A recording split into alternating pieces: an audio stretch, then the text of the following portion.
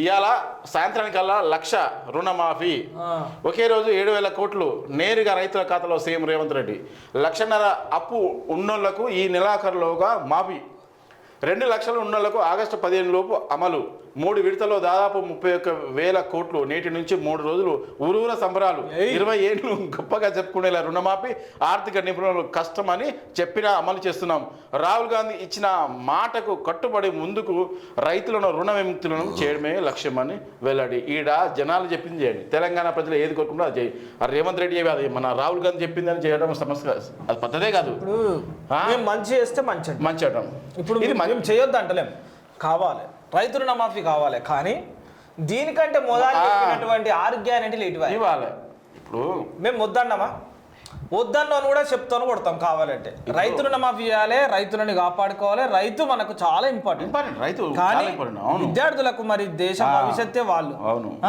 మరి విద్యార్థుల కోసము విద్యా వ్యవస్థ ఎందుకు నాశనం అవుతుంది, ఎందుకు భ్రష్టు పట్టిపోతుంది? ఇప్పుడు దీంట్లో ఎవరికి ఉన్నోళ్ళకపోతే ఉన్నోళ్ళకే. ఇప్పుడు పేద పక్కలో పొద్దుంతా కష్టం చేసిన వాళ్ళ డబ్బులతోటి సంసారం ఎలా తీసుకోకుండా జిఎస్టీ కట్టి అది కట్టి వీళ్ళకి దుబ్బబెట్టినట్టే, ఓ ఇండైరెక్ట్ వీళ్ళకి దుబ్బబెట్టినట్టే. ఈ రుణమాఫీ ఈ ఉచిత హామీలే వేస్ట్ నా దృష్టిలో.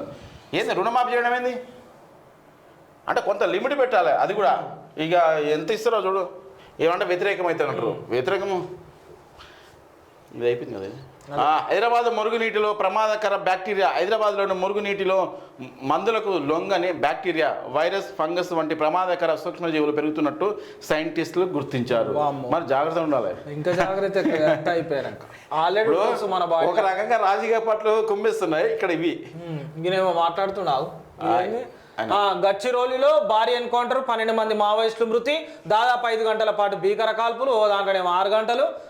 C-60 కమాండోస్ ఎస్ఐ 2 జవాన్లకు గాయాలు. హెలికాప్టర్లు నాగపూర్కు తరలించిన ట్రీట్మెంట్. అడవుల్లో కొనసాగుతున్న కూమింగ్. ఇక ప్రాజెక్టుల పూర్తికి రూట్ మ్యాప్. చివరి దశలో ఉన్న ప్రాజెక్టులను ముందుగా పూర్తి చేయండి. అధికారులకు మంత్రి ఉత్తమన్న ఉట్టిట్టి ఆదేశాలు. నిన్న మనం అనుకున్నగా వచ్చిండు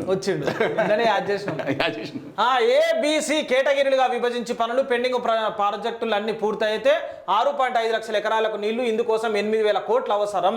ఈసారి బడ్జెట్లో 11,000 కోట్లు అదనంగా కేటాయించాలని ప్రపోజల్స్. గత ప్రభుత్వం ప్రాజెక్టులపై చేసిన అప్పులకే ఏటా 18,000 కోట్ల వడ్డీలు కడుతున్నామని చెప్పి, అంటే నెలకు 1,100 కోట్లు.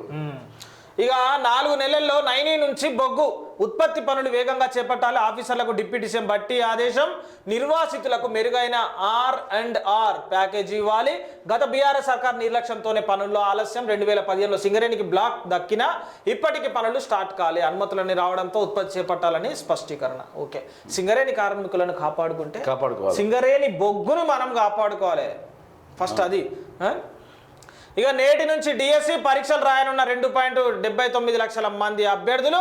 అయితే 14 జిల్లాలో 56 పరీక్షా కేంద్రాలు. 15 నిమిషాల ముందే గేట్లు క్లోజ్. తొలిసారిగా ఆన్లైన్లో పరీక్షలు నిర్వహిస్తున్న రాష్ట్ర ప్రభుత్వం. అయితే 11,062 టీచర్ పోస్టుల భర్తీకి గతంలో నోటిఫికేషన్. ఆగస్టు 5 వరకు పరీక్షల నిర్వహణ. మొత్తానికి పరీక్షలు అయితే అనుకున్న సాధిస్తుంది గవర్నమెంట్ అనుకున్న సాధిస్తుంది, కానీ నిరుద్యోగుల కడుపు మీద మాత్రం వీళ్ళు చాలామంది అయిపోయింది. ప్రైవేట్ జాబ్స్లో కోటాపై కర్ణాటక వెనక్కి. ప్రైవేట్ కంపెనీలు వ్యతిరేకించడంతో నిర్ణయం. బిల్లులను పునః పరిశీలిస్తామన్న సిద్ధరామయ్య. త్వరలో మరోసారి కేబినెట్ భేటీ నిర్వహిస్తామని వెల్లడి.